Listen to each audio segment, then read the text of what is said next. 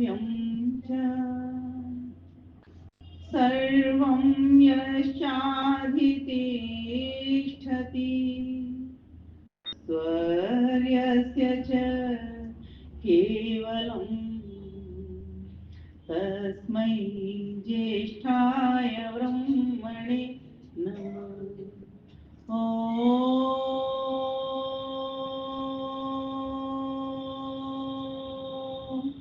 शन्नो मित्रः शं वरुणः शन्नो भवत्वर्यमा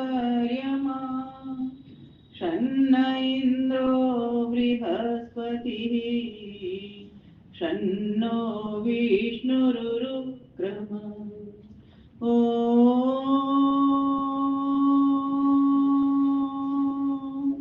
नमो ब्रह्मणे नमस्ते वायो त्वमेव प्रत्यक्षं ब्रह्मासि त्वामेव प्रत्यक्षं ब्रह्म वदिष्यामि ऋतं वदिष्यामि सत्यं वदिष्यामि तन्मावतु तद्वक्तारमवतु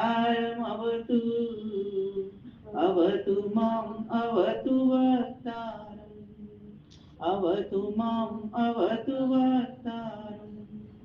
ॐ शान्ति शान्ति शान्तिः। आर्ष मास गोविंदपुरी में उपस्थित हमारे यशस्वी प्रधान जी, यशस्वी मंत्री जी, यशस्वी कोषाध्यक्ष जी, इसी तरह से यशस्वी प्रधाना जी, यशस्वी मंत्राणी जी, यशस्वी कोषाध्यक्षा जी तथा समस्त इस समाज के कर्मठ प्रबुद्ध नैतिक और नैमित्तिक भी कुछ होंगे हमारे सदस्यजन। बहुत ही सुंदर दिव्यता भव्यता के साथ में आपका सत्संग चल रहा था। यज्ञ जब चल रहा था तो मेरा आगमन हुआ। बहुत ही सुंदर आपके आचार्य जी ने, धर्माचार्य जी ने यज्ञ कराया। उसके पश्चात बहुत सुंदर भाई जी ने भजन भी बोला, गुड़िया रानी ने बहुत अच्छा पाठ भी किया और उसके पश्चात हमने सत्यात प्रकाश का पाठ भी 14वें सुमनलास का सुना, जिसमें भी स्वामी दयानंद ने समीक्षा भी की। अत्युत्तम आपका एक क्रमशः जो नियम है वो आपका पूरा हुआ। उसके पश्चात प्रवचन का अब सत्र शुरू होता है तो उसमें आप सभी को मैं पहले नमन वंदन और अभिनंदन करती हूँ। साथ ही उस परमपिता परमेश्वर को कोटिशः नमन करते के साथ ही अपनी जो मेरी आज के विचार हैं कुछ अभी मैं चलते चलते सोचती आ रही थी उनको रखने का प्रयास करती हूँ। पिछले मास आपसे मिलन नहीं हो पाया, मेरा पूरा मास मेरा निमोनिया में निकल गया तो घर ही रह गया और कहीं कोई बहुत ज्यादा अर्जेंट भी था तो जाना भी पड़ा था मुझे 2-4 जगह पर एक मास में, तो वहां मुझे जाना पड़ा। और इसमें भी अभी भी कुछ दिनों से पेट भी गड़बड़ था तो मैं पिछली बार भी मना कर दिया। मैंने इस बार भी मुझे संदेह था कि मैं पहुंच पाई कि नहीं, इसलिए मैंने मैसेज भी किया था कि हो सकता है आ भी जाऊं ना भी आऊं, अगर कोई है तो बहुत अच्छी बात है, नहीं तो फिर मैं आ ही जाऊंगी, देखती हूँ।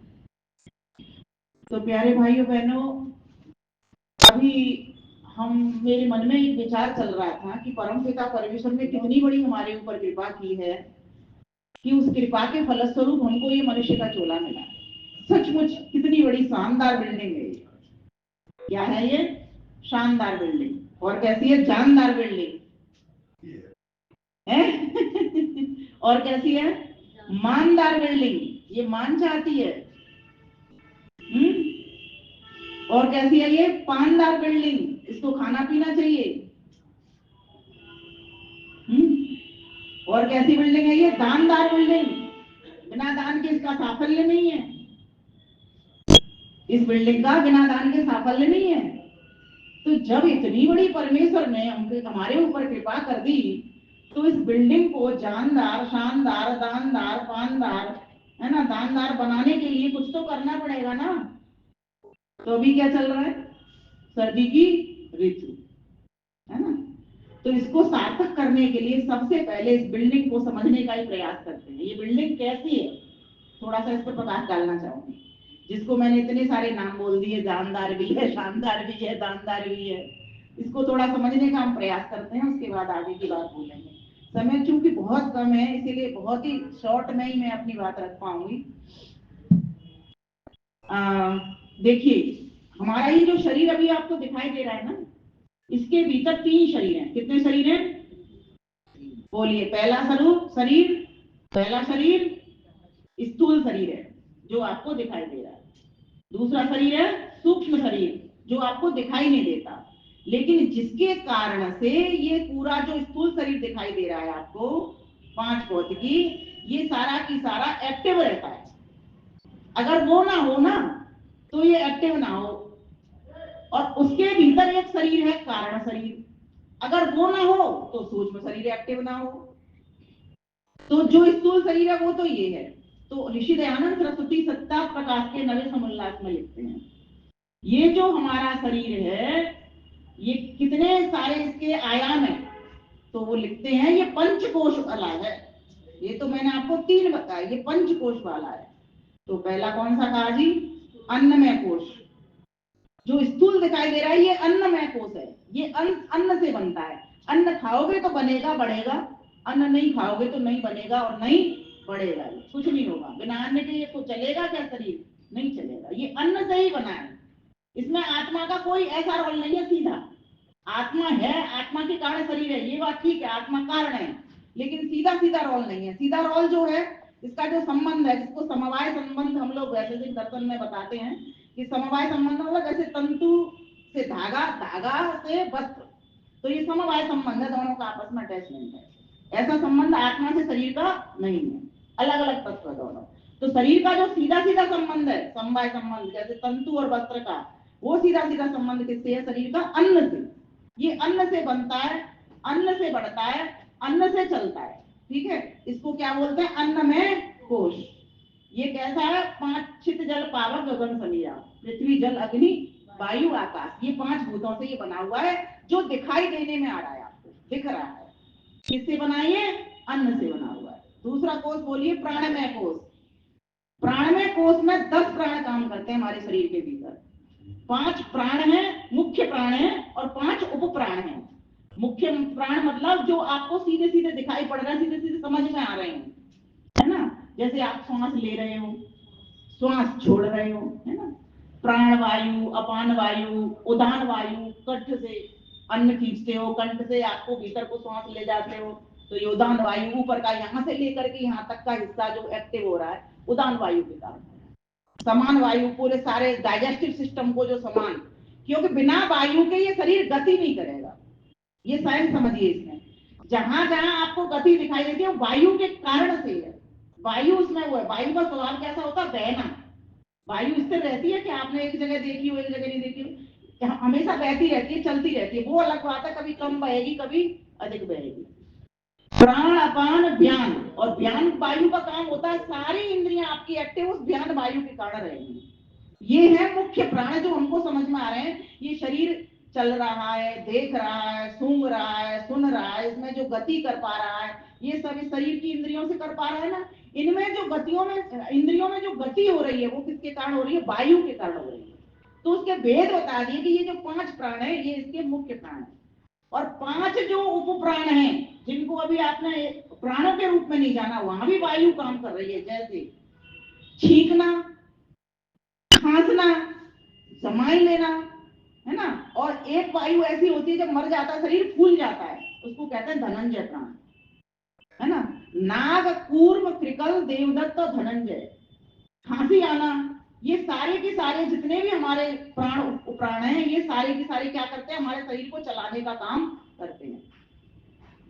तीसरा जो कोष होता है वो होता है मनोमय कोष। अब उसमें क्या होता है, ये मैं आपको ये बता रही हूँ, शरीर का विज्ञान जब तक आप नहीं समझोगे तब तक इस शरीर की वैल्यू समझ में नहीं आएगी। जब तक शरीर की वैल्यू समझ में नहीं आएगी तब तक इस शरीर से आप लाभ नहीं उठा पाओगे। समझ रहे हो ना? और जब तक लाभ नहीं उठा पाओगे तब तक ये जो मिला हुआ जो गॉड गिफ्ट, जिसको मैंने शानदार जानदार बोला है, ये गॉड गिफ्ट आपकी जैसी मिली, जैसी चदरिया मिली, वैसे घर के आप चले जाओगे। इसलिए इसकी वैल्यू को पहचान लो बस। ये आपके वैल्यू, अगर आपने किसी भी वस्तु की वैल्यू पहचानते हो तो आप उसकी रक्षा करते हो, आप उससे काम लेते हो, उसको प्रयोग में लाते हो, और दूसरों को भी उसका प्रयोग दिखलाते हो, और दूसरों के भी आप उपयोगी बन जाते हो। इसलिए मैं 5 बात सभी से कहती रहती हूँ। क्या बोली मेरे साथ, आपसे भी कहलवा देती हूँ। सहयोगी बनेंगे, उपयोगी बनेंगे, उद्योगी बनेंगे, निरोगी बनेंगे, योगी बनेंगे। ये 5 बातें किससे सिद्ध होंगी? इस शरीर से ही सिद्ध होंगी और किसी से होंगी नहीं। तो जो तीसरा जो मनोमय कोश है उसमें क्या रहता है? उसमें मन रहेगा, क्योंकि मन से ही शुरू मनोमय, बिल्कुल सरल, बोलने में भी बड़ा सरल सा है। मनोमय कोश, मनोमय कोश के साथ में क्या जुड़ेंगी? मन के साथ में अहंकार, जैसे मैंने किया, मैं कर रहा हूं, अहंकार। अहंकार से मतलब ये घमंड नहीं। एक हमारा जो सूक्ष्म शरीर है उसमें भी 4 अंतःकरण के 4 भाग होते हैं। ये आपके लिए थोड़ा कठिन विषय हो जाएगा, इसलिए मैं इसको अभी यही छोड़ती हूँ। तो अंतःकरण मन, बुद्ध, चित्त, अहंकार। ये तो अहंकार जब मन के साथ में जुड़ता है, मैंने किया, मैं कर रहा हूं, मेरा नाम ये, ऐसे बोलते हैं ना, मैं का जो संबोधन कर रहा है वो अहंकार के कारण करते हैं साथ में।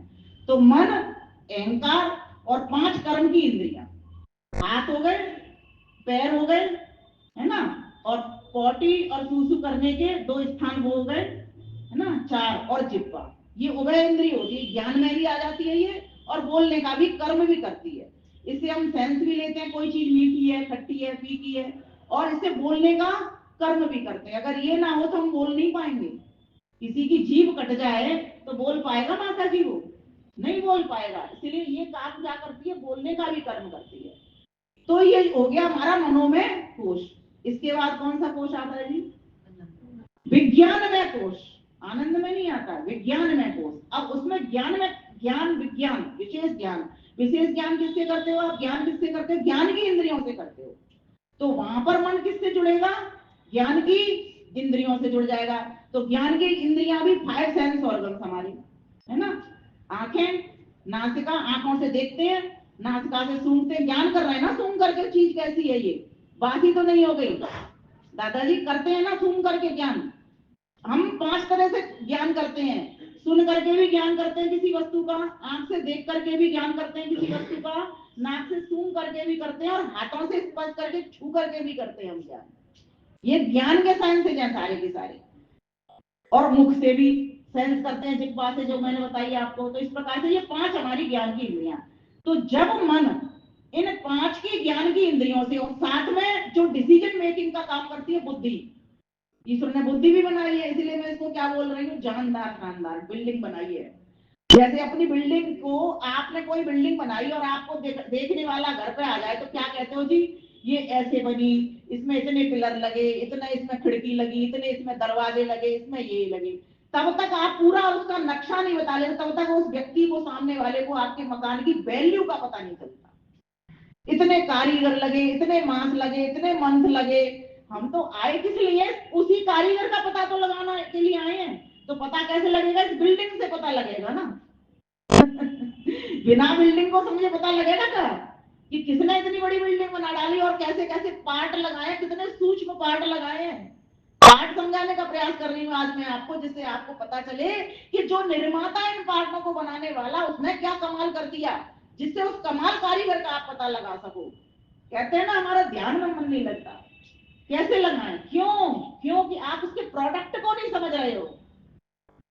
जब तक आप प्रोडक्ट को नहीं समझोगे ना, किसी के उत्पाद को नहीं समझोगे, तब तक आपको कर्ता का पता चलेगा ही नहीं। इसलिए इस प्रोडक्ट को जानो, ये इतना इंपॉर्टेंट। और लोग तो इंपोर्टेड लेते हैं। मैं कहती हूँ इंपॉर्टेंट प्रोडक्ट लीजिए ना, देखिए ना अपने आप को, इतना महत्वपूर्ण आपको प्रोडक्ट बना करके ईश्वर ने दिया है। तो कहा कि जो मनोमय कोश है उसमें मन, बुद्धि, और बुद्धि के साथ 5 ज्ञान की इंद्रियां। ये हमेशा याद रखने की चीजें हैं जो बता रही हूँ। और 5वां कौन सा है? आनंदमय। अब आनंदमय कोश, अब आनंदमय जो कोश है उसमें सबसे पहली बात जो होगी, प्रीति। बोलो, प्रीति, प्रसन्नता, और आनंद में न्यूनाधिक आनंद, अधिक आनंद और सम आनंद। ये स्थिति इतनी बनती है। सच्चा प्रकाश का 9वां समोल्लास आप पढ़ करके घर पर जरूर देखना, मेरे कहने के बाद भी। समझ रहे हो ना? आप वहां पढ़ते तो आपको समझ आती, कितनी आती, कितनी नहीं आती, लेकिन सिर्फ एक बार के बताने मात्र से आपको ये रट करके यहाँ से जाओगे कि ये जो प्रोडक्ट है हमारा कितना महत्वपूर्ण है। हम कारीगर का पता पहले से लगाना चाहते हैं बिना प्रोडक्ट को समझे, और हमको करना क्या था, प्रोडक्ट को समझना था। तो व्यक्ति के जीवन में प्रसन्नता, प्रीति, सबसे प्रेम करने का स्वभाव कब बनेगा, कब बनता है?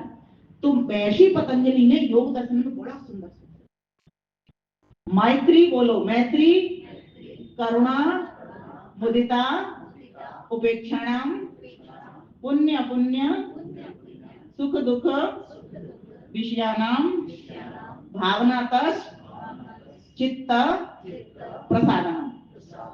प्रसादनम एक शब्द आया इसमें, प्रसाद का अर्थ होता है प्रसन्नता। ये जो हम बोलते हैं ना प्रसाद ले लो, प्रसाद दे दो, ये प्रसन्नता देना लेना है। ये मात्र हलवा खीर तो कहने की बात है। एक जने को भी अगर वो हलवा खीर ना मिले तो प्रसन्नता होगी क्या? गाली देता हुआ चला जाएगा। इसीलिए उस प्रसाद को, प्रसाद का मतलब कोई ये वो चीज नहीं है, वो आपका कोई बंटवारा कुछ हो रहा है, आपकी प्रसन्नता के लिए है। आप आए, आपने कुंभ स्नान किया, इसका नाम क्या है? कुंभ स्नान। अभी आपने क्या किया है? कुंभ स्नान किया, आपने गंगा स्नान किया है, जहां पर निर्मल पावन कलकल गंगा बहती हो, ज्ञान की गंगा बहती हो, वही तो कुंभ है। और इसका लाभ आपको आपका आर्य समाज गोविंदपुरी दे रहा है, रोज दे रहा है। वहां आप 12 वर्ष के बाद जा रहे हो, 1 मास लगा रहे हो, 1.5 मास लगा रहे हो, जाना चाहिए। किंतु जो चीज आपको हमेशा अवेलेबल है, घर बैठे अवेलेबल, बिना खर्चे के अवेलेबल है, उसको तो ग्रहण कीजिए। वहां जाकर के जाने से ज्यादा लाभ आपको घर बैठे अगर सिर्फ मात्र यज्ञ करने से मिल जाए, बताइए आपका कुंभ स्नान होगा कि नहीं होगा? एक बार कर दो, ध्वनि तो कर दो। आप रोज कुंभ स्नान करते हो, घर बैठे कुंभ स्नान करते हो, और इतना बड़ा कुंभ स्नान इसने आपको कहां तक पहुंचा दिया? स्वर्ग कामो यजे, जिसकी सभी लोग लालसा कर रहे हैं, सुख चाहिए, सुख चाहिए, स्वर्ग चाहिए, स्वर्ग में अप्सराएं होंगी, स्वर्ग में ये होगा, स्वर्ग में ये होगा। अरे यहाँ पर तो आपको सारा कुछ एक ही जगह पे मिल रहा है, बैठे बैठे। आपको ना साबुन खर्च करना पड़ रहा, ना रुपए किराए के लगाने पड़ रहे, ना पानी लेके आना पड़ रहा, कुछ भी नहीं करना पड़ रहा। मात्र छोटी सी एक आहुति, अपनी अल्प, अपनी श्रद्धा के सुमन आपने इसमें अर्पित। नित्य आते हो आप में से कितने लोग यहाँ नित्य यज्ञ करने आते हैं? बस मेरे एक प्रश्न का उत्तर दे देना। 7 तक आते हैं। 7 तक आते हैं, मेरे कहने पर नहीं आते हैं कि रोज यज्ञ करते हैं, रोज ही यज्ञ करते हैं, यहाँ नहीं आते। तो मतलब यहाँ कभी आते, लेकिन घर में करते हैं। बहुत बढ़िया, एक बार कर दो, नहीं कर दो। अच्छा, देव यज्ञ करते हैं या कौन सा वाला यज्ञ करते हैं? हमारे 5 महायज्ञ होते हैं, देव यज्ञ भी करते हैं और ब्रह्म यज्ञ भी करते हैं। बहुत बढ़िया। देव यज्ञ में आप अग्निहोत्र यज्ञ करते हैं, अग्निहोत्र यज्ञ करते हैं, बहुत बढ़िया। तो अब आप अग्निहोत्री हो गए। ये जो सरनेम भी है ना, ऐसे ही पढ़ते हैं, जो नित्य अग्निहोत्र करेगा वो अग्निहोत्री कहलाएगा। और अग्निहोत्री का जो नाम है ना, बहुत बड़ी पदवी होती है ये। हमारे यहाँ भी बहुत सारे आचार्य हैं ऐसे अग्निहोत्री सरनेम वाले, दर्शन अग्निहोत्री, ये वाले अग्निहोत्री, ये वाले। तो आप भी अग्निहोत्री आज से अपने नाम के पीछे लगा सकते हो आराम से। हाँ, बहुत बढ़िया, बहुत अच्छा। तो भाइयों बहनों माताओं, मैं आपको कुंभ में स्नान कराने के लिए यहाँ पर आई थी कि मैं 1 घंटे का कुंभ स्नान कराऊंगी आज आपको, लेकिन मैंने विषय यहाँ से शुरू किया। अब ये विषय को भी समझना जरूरी है। तो अब ये जो शरीर है, आनंद में जो कोष है, हर व्यक्ति चाहता है ना, क्योंकि महर्षि कपिल ने सांख्य दर्शन में क्या कहा, पुत्रापि कोपि सुखी ना, कोई भी कहीं भी सुखी तो दिखाई दे नहीं रहा। तो फिर उन्होंने उपाय भी बता दिया। बोले इसका उपाय क्या है? तो बोले तुम दुखों की अत्यंत निवृत्ति कर डालो, अथ त्रिविध दुख अत्यंत निवृत्ति अत्यंत पुरुषार्थ। और वो छूटेंगे कैसे? वो छूटेंगे यहाँ करके क्योंकि ये ही एक ऐसा स्थान है जहां पर आपको ज्ञान गंगा में डुबकी लगानी होगी। और ज्ञान गंगा में डुबकी लगा करके आपको जिस बात की मैं आनंदमय कोष तक पहुंचाने की बात कर रही थी, परम प्रीति, प्रसन्नता और अधिकाधिक आनंद और मोक्ष की यात्रा तक यहीं से शुरू होगी। ये प्रथम सीढ़ी है, ये प्रथम सीढ़ी है। क्यों? यहाँ पर आने वाला जो विद्वान व्यक्ति है या जो धर्माचार्य है, वो आपको ये बताएगा कि आप जिस उद्देश्य के लिए आए हो, वो उद्देश्य कैसे आपका पूर्ण होगा। आपको यहाँ पर लक्ष्य बताया जाता है, आपको इधर भटकाया नहीं जाएगा, इधर चले जाओ, उधर चले जाओ। आपका 1 रुपया भी यहाँ खर्च नहीं होगा। वो तो आपकी मर्जी है, आप गुप्ता जी को अपनी श्रद्धानुसार यहाँ यज्ञ के लिए आहुति देते हो, वो आपसे कभी जिद नहीं करते। हाँ, हाथ जरूर आपके सामने करेंगे, क्योंकि एक महान आत्मा का कार्य क्या होता है कि इन यज्ञों की वृद्धि हो, बढ़ती हो, उसके लिए हाथ इस तरह करना, अपने घर भरने के लिए नहीं। यज्ञ बढ़े, वैदिक संस्कृति हमारी बढ़े, क्योंकि ऋषि दयानंद सरस्वती जिनके कारण आप और हम एक दूसरे का दर्शन कर पा रहे हैं, एक दूसरे से बातों की, ज्ञान की बातों की चर्चा कर पा रहे हैं, उन्होंने इस कार्य को अंजाम देने के लिए अपने पूरे जीवन को लगा दिया। और हमारी तो आपकी तरह नहीं लगाया कि हम अगर सोच है ना कि 24 घंटे काम कर रहे हैं, तो हम तो खीर खा के लगाते हैं। क्या करके लगाते हैं? खीर खा के लगाते हैं। कोई खीर देगा उस मंदिर में जाऊंगा मैं, कहीं से मुझे दक्षिणा अधिक मिलेगी मैं वहां जाऊंगा, छोटी दक्षिणा वाले में नहीं जाऊंगा। ये हमारी स्थिति, सबकी टेंडेंसी ऐसी हो गई है, जहां से मुझे अधिक लाभ मिलेगा मैं वहां जाऊंगा। लेकिन शबरी का भी गीत आपने सुना था, भक्ति यूं ही प्रवाहित नहीं होती। और कई लोग ये कहते हैं ना ब्राह्मणों को ही ज्ञान मिलता है। देखो वो तो कैसी जाति की है, हमारे यहाँ जात प्रथा तो कभी थी ही नहीं, कोई दलित होता ही नहीं था हमारे यहाँ। तो एक ब्राह्मण, क्षत्रिय, वैश्य, शूद्र, ये चारों वर्णों की अपनी महत्ता थी। इसी शरीर का नाम, इसी शरीर को ही ये वर्ण व्यवस्था मिलती है। और ईश्वर ने ये भी व्यवस्था इस शरीर के भीतर में डाल करके भेजा है। तुम इससे ब्राह्मण भी बन सकते हो, तुम इससे क्षत्रिय भी बन सकते हो, तुम उससे शूद्र भी बन सकते हो, तुम इससे वैश्य भी बन सकते हो।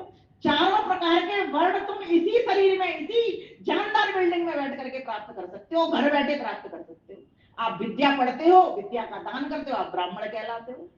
कितना आसान तरीका है, बिल्कुल इसमें कुछ दिमाग नहीं लगाना बहुत ज्यादा। और तुम रक्षा कर देते हो किसी की, तुम यज्ञ की रक्षा कर देते हो, तो तुम क्या बन जाते हो? क्षत्रिय कहलाते हो। घर बैठे क्षत्रिय बन जाओगे। आप यज्ञ की रक्षा करो। यज्ञ की रक्षा कैसे होगी? यज्ञ की रक्षा होगी घर घर यज्ञ फैलाने से, घर घर यज्ञ पहुंचाने से, स्वयं अपने सब परिवार घर में आहुति लगाने से, तब यज्ञ की रक्षा होगी। श्री राम ने क्या किया था जाकर के? सबरी ने श्री राम का पूजन क्यों किया? क्योंकि उन्होंने यज्ञों की रक्षा की, क्योंकि उन्होंने वेदों की रक्षा की, क्योंकि उन्होंने सज्जन पुरुषों की रक्षा की। समझना ध्यानपूर्वक, सबरी कभी भी श्री राम का सत्कार नहीं करती, कभी भी उन्हें अतिथि के रूप में नहीं पूछती, कभी भी उन्हें अपना भगवान नहीं मानती, अगर श्री राम में ये गुण नहीं होते तो। उन्होंने क्या किया? वन में गए तो वन गए, वन में गए तो वन गए, वन में जा करके एक एक राक्षस का संहार कर रहे हैं। इसलिए जिससे वेदों की रक्षा हो, जिससे यज्ञों की रक्षा हो। क्यों? वेदों की रक्षा से क्या होगा? यज्ञों की रक्षा से क्या होगा? इससे हमें सुख की प्राप्ति होगी। जहां वेद होता है वहां एक भी वेदना नहीं रहती। बोलो, जहां वेद है वहां वेदना नहीं, और जहां वेद नहीं वहां वेदना ही वेदना है। इसलिए वेद पढ़ो, यज्ञों की ओर आओ। श्री राम के भक्त हो ना, श्री राम के गीत गाते हो ना, तो श्री राम ने जो जो काम किए, बिना वेद पढ़े वो धनुष विद्या में निपुण नहीं हो सकते। हमारा जो यजुर्वेद है ना, दूसरे नंबर का ऋग्वेद के बाद, जिसको कर्म का वेद कहते हैं, इससे धनुर्विद्या निकली है। कौन सी विद्या निकली है? धनुर्वेद। और उसको धनुर्वेद कहा जाता है, उपवेद में उसका नाम है। सोचो, तो जब धनुष की विद्या कहां से मिली? वेद से मिली ना।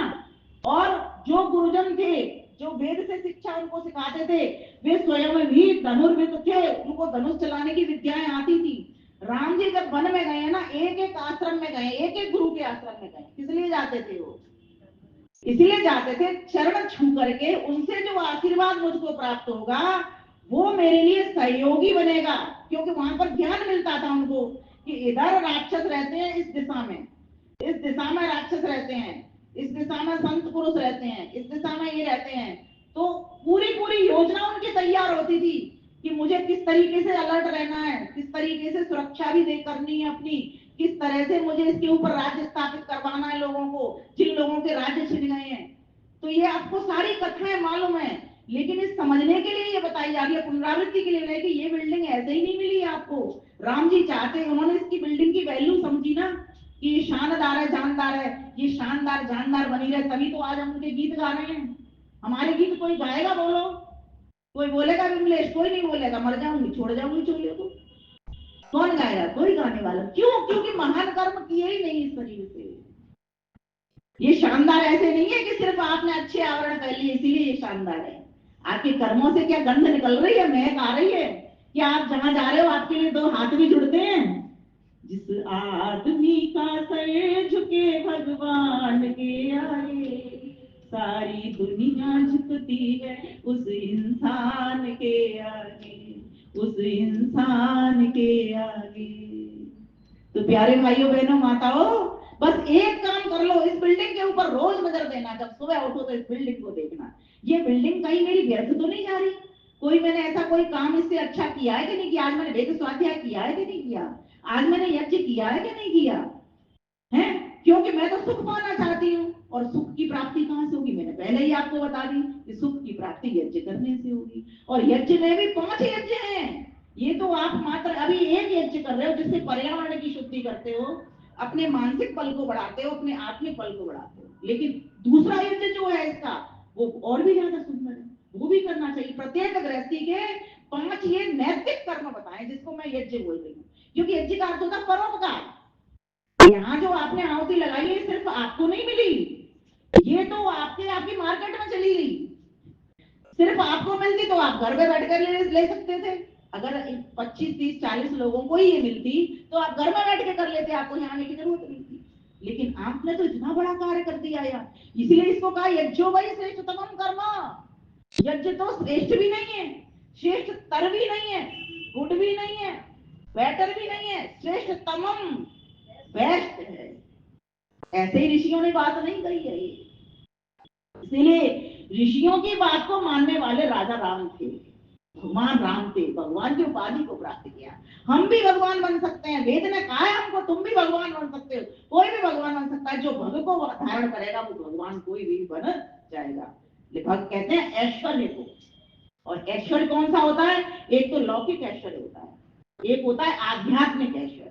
महत्वपूर्ण दोनों में कौन सा ज्यादा है अगर तुलना की जाए तो? आध्यात्मिक ऐश्वर्य। क्योंकि आपके भीतर वो विवेक और वैराग्य जागृत होता है। इससे आप विवेक कहते हैं ज्ञान को, ज्ञान का भरना। उसमें क्या होता है? अधर्म आचरण का त्याग और धर्म आचरण का ग्रहण, असत्य आचरण का त्याग अर्थात झूठवाद का, मिथ्यावाद का त्याग, और सत्यवाद को ग्रहण करना, अनाचार का त्याग, आचरण का, ये विवेक के गुण हैं। और इसी से ही अपने जीवन को भर लेना, अपने पूरी तरीके से कि मेरा ऐसा बन करके जीवन चल रहा है, तो समझो आप बैरागी हो गए। क्योंकि अब आपके जीवन में कोई झूठ नहीं, कोई छल नहीं, कोई कपट नहीं, कोई प्रपंच नहीं। और जिसका जीवन फिर ऐसा हो जाता है, ध्यान देना, वही प्रसन्न रहना जानता है और वही सबसे प्रेम करना भी जानता है। वही सबसे प्रेम करेगा, वही प्रसन्न रहेगा। और जो बैरागी नहीं है ना, जो विवेकी नहीं है, वो किसी से प्रेम कर नहीं सकता। वो राग द्वेष में पड़ा रहेगा, लड़ाई झगड़े में पड़ा रहेगा, अपने मेरे में पड़ा रहेगा। समझ रहे हो ना? और कई लोग तो ऐसे हैं कि जिस जगह बैठे हैं उसको ही अपनी कहते हैं। मान ली आज मैं हवन कर रही हूँ तो मेरा आर्य समाज लग जाएगा इसमें, लेकिन ये भी भावना हमारी हट जानी चाहिए। यह भी आर्य समाज है, वह भी आर्य समाज है, और ये सब मेरे ही तो आर्य समाज है। बिल्डिंग मात्र से मेरा नहीं हो जाता ये।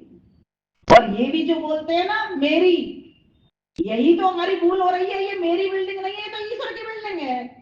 मेरी बिल्डिंग तब होती जब मैं बनाती। क्या आपने बनाई बहन जी ये बिल्डिंग इतनी सुंदर सी? आपने बनाई माता जी ये बिल्डिंग?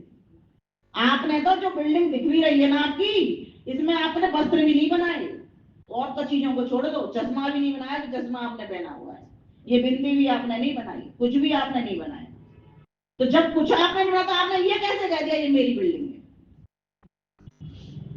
बोलो, ये बिल्डिंग तो ईश्वर की है। संबंध बनाना ईश्वर से बनाना, स्वस्वामी संबंध। हमारी भूल यही हो गई, हमने संसार से बना डाली। हमने प्रत्येक व्यक्ति को अपना, अपने से मतलब ये नहीं है अपने घर वालों को अपना कहा। हमने वसुधा को कुटुंब कहाँ समझा, वसुधैव कुटुंब कहाँ समझा?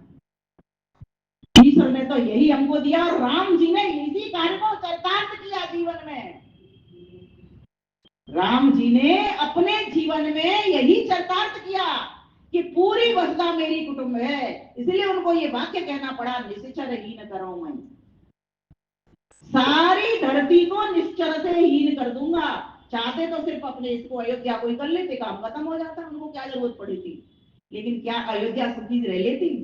बोलो, अयोध्या सुखी रह लेती? भाई आतंकवादी लादेन वगैरह सारे चारों तरफ मंडरा रहे हैं, क्या हम लोग रह लेंगे सुरक्षित अगर उनका सफाया नहीं किया जाए? करना पड़ेगा ना, बाहर तो जाना पड़ेगा। सीमा से चौकसी के सैनिक जो लगाए गए हैं वो इसीलिए है कि आपके देश की सुरक्षा करेंगे, इसीलिए नहीं है कि आपका देश में सुख वैभव आ जाएगा, इतना तो आ जाएगा, आपकी सुरक्षा कर रहे हैं। लेकिन वो कहीं ना कहीं से फिर घुस आएंगे, फिर क्या करोगे आप? तो मारना तो पड़ेगा ही, हथियार तो उठाने ही पड़ेंगे। तो ये बुद्धि कहां से आती है? ये बुद्धि यज्ञ से आती है। मैं बार बार कहती हूँ, यज्ञ पे 10 दिन तक लगातार बोलने का मेरे पास प्रभु ने सामर्थ्य दिया हुआ, अलग अलग ढंग से प्रस्तुतिकरण का सामर्थ्य दिया हुआ है। क्यों? क्योंकि वेद स्वाध्याय एक मंत्र नित्य मनन करते हुए, चिंतन करते हुए मुझे पढ़ना है तो पढ़ना ही है, चाहे कहीं प्रवचन बोलने जाऊं या नहीं जाऊं। नियम बनाइए, इसको जीवन का अंग बनाइए। जैसे भोजन करने से क्या बनता है जी? शरीर। मैंने अभी क्या बताया? शरीर की रचना बता रही हूँ ना। भोजन से क्या बनता है? मन किससे बनता है? प्रसन्नता से बोलता है, सत्य बोलने से बनता है ना।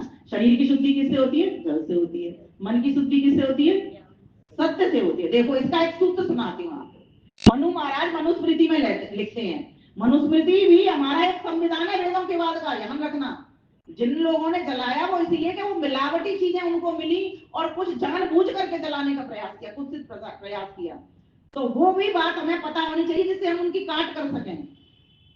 अद्विगात्राणि शुद्ध्यन्ति मनः सत्येन शुद्ध्यति विद्या तपोभ्यां भूतात्मा बुद्धिर्ज्ञानेन शुद्ध्यति बुद्धिर्ज्ञानेन शुद्ध्यति।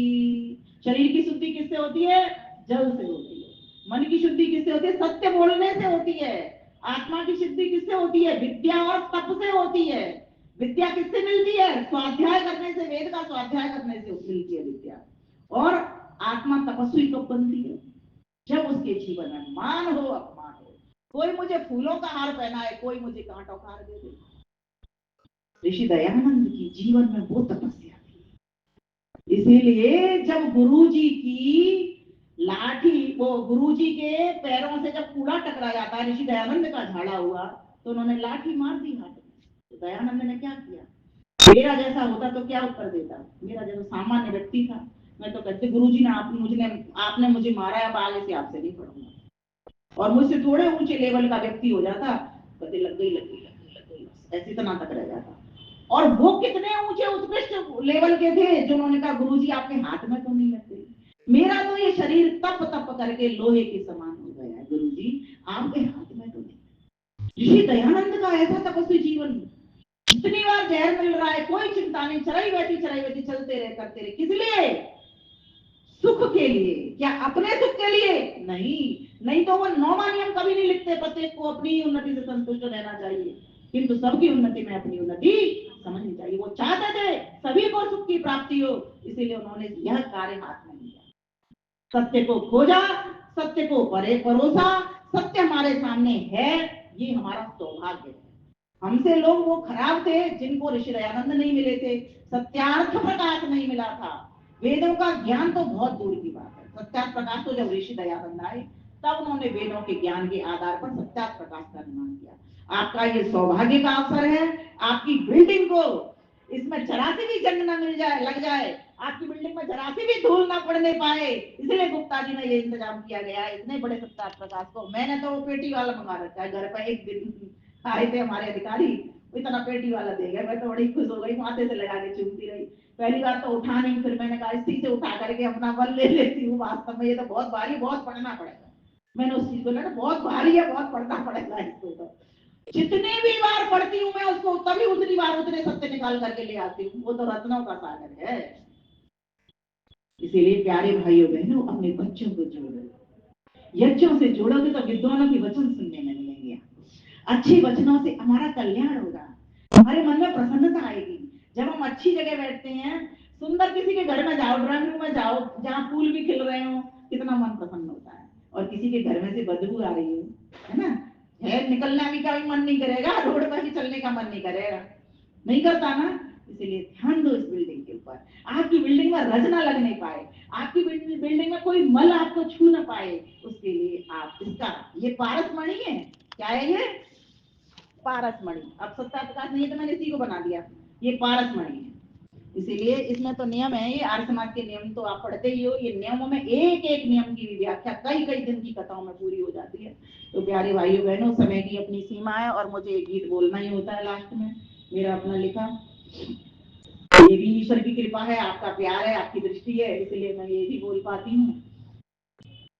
हाँ, जब हम प्रणव प्रकृष्टे नूयते स्तूयते इति प्रणव, प्रणव का ये अर्थ होता है प्रकृष्ट तरीके से किसी भी जाप को करने के लिए, है ना। स्तुतिमय अर्थात जैसे हमने ईश्वर का जाप कर रहे हैं तो उसका गुणानुवाद थोड़ा सा करें मन में। जैसे हे ईश्वर आप श्रेष्ठ हो, श्रेष्ठतम हो। श्रेष्ठ तो मैं भी हो सकता हूँ, लेकिन श्रेष्ठतम में आपसे जुड़ने के लिए मुझे श्रेष्ठ होना पड़ेगा, तो उसके लिए मुझे वेद और यज्ञ की ओर आना पड़ेगा। इसलिए प्रभुदेव मैं आपका भजन करना चाहता हूँ। भजन मतलब मैं आपको भज करके मैं आपकी कृपा चाहता हूँ, मैं इतना पुरुषार्थ करना चाहता हूँ आपकी कृपा मुझको मिले। तो इसके लिए मैं गायत्री के मंत्र का अनुष्ठान करूंगा। आप भी माताओं एक संकल्प लीजिए, माघ मास चल रहा है, उसमें भी स्नान चलता है। उसमें स्नान में क्या होता है, मैं आपको कुंभ स्नान की बात यहीं बैठे बैठे करा रही हूँ ना घर में। तो क्या गायत्री की माला का जाप करना। माला के लिए जरूरी नहीं माला पकड़नी है आपको, अगर माला पकड़ते हो तो उसका इतना सा हेतु है, उससे आपका एक्यू प्रेशर होता है। जो रुद्राक्ष के मोती होते हैं ना, वो एक्यू प्रेशर करते हैं, आपके पॉइंट्स दबते जाते हैं और आपको नंबर याद नहीं रखने पड़ते कि हमने इतने बार पढ़ लिया। तो उसके ये दो लाभ होते हैं। लेकिन जब मन का फेर गए, जब आप उसको अर्थ के साथ, मनन के साथ, चिंतन के साथ, श्रवण मनन निधिध्यासन साक्षात्कार के साथ आप उस ईश्वर से जब मंत्र का जाप करते करते जुड़ जाओगे तो आपको अनेक अनेक लाभ होंगे। आइए समझते हैं, सुनते हैं गीत की रचना के साथ। जो करे गायत्री जाप उसी का जीवन हो निष्पाप। जो करे गायत्री जाप उसी का जीवन हो निष्पाप। जो परे प्रभु को आप, जो वरे प्रभु को आप उसी का जीवन हो निष्पाप। जो करे गायत्री जाप उसी का जीवन हो निष्पाप। प्रभु को ही वरना हर पल सिमरना करते ऋषि मुनि आए। प्रभु को ही वरना हर पल से मरना करते ऋषि मुनि आए। चाहे विघ्न कोई आए व जाए एक पल भी प्रभु ना भुलाए। चाहे विघ्न कोई आए या जाए एक पल भी प्रभु ना भुलाए। हो करके विमल देखा उसी का जीवन हो निष्पाप। गंगा में जाने से कहते हैं ना मल नष्ट हो जाते, पाप कट जाते, लेकिन कहाँ पर, यहाँ पर आओगे तब आपके मल कटेंगे। मात्र जल में नहाने से कल आपके मल नहीं कटेंगे, आपके पाप नहीं कटेंगे। पाप काटने के लिए, पुण्य कार्यों को बढ़ाने का जो स्थल है वो कुंभ स्नान यही है। दुख में भी हंसना, हंस कर न फंसना साधक के जीवन में आए। बोलिए, दुख में भी हंसना, हंस कर न फंसना साधक के जीवन में आए। कैसे भी कष्ट हो, कितने भी दुष्ट हो, सबसे ही पीछा छुड़ाए। कैसे भी कष्ट हो, कितने भी दुष्ट हो, सबसे ही पीछा छुड़ाए। जो करे खात्मा ताप उसी का जीवन हो निष्पाप। जो करे खात्मा ताप उसी का जीवन हो निष्पाप।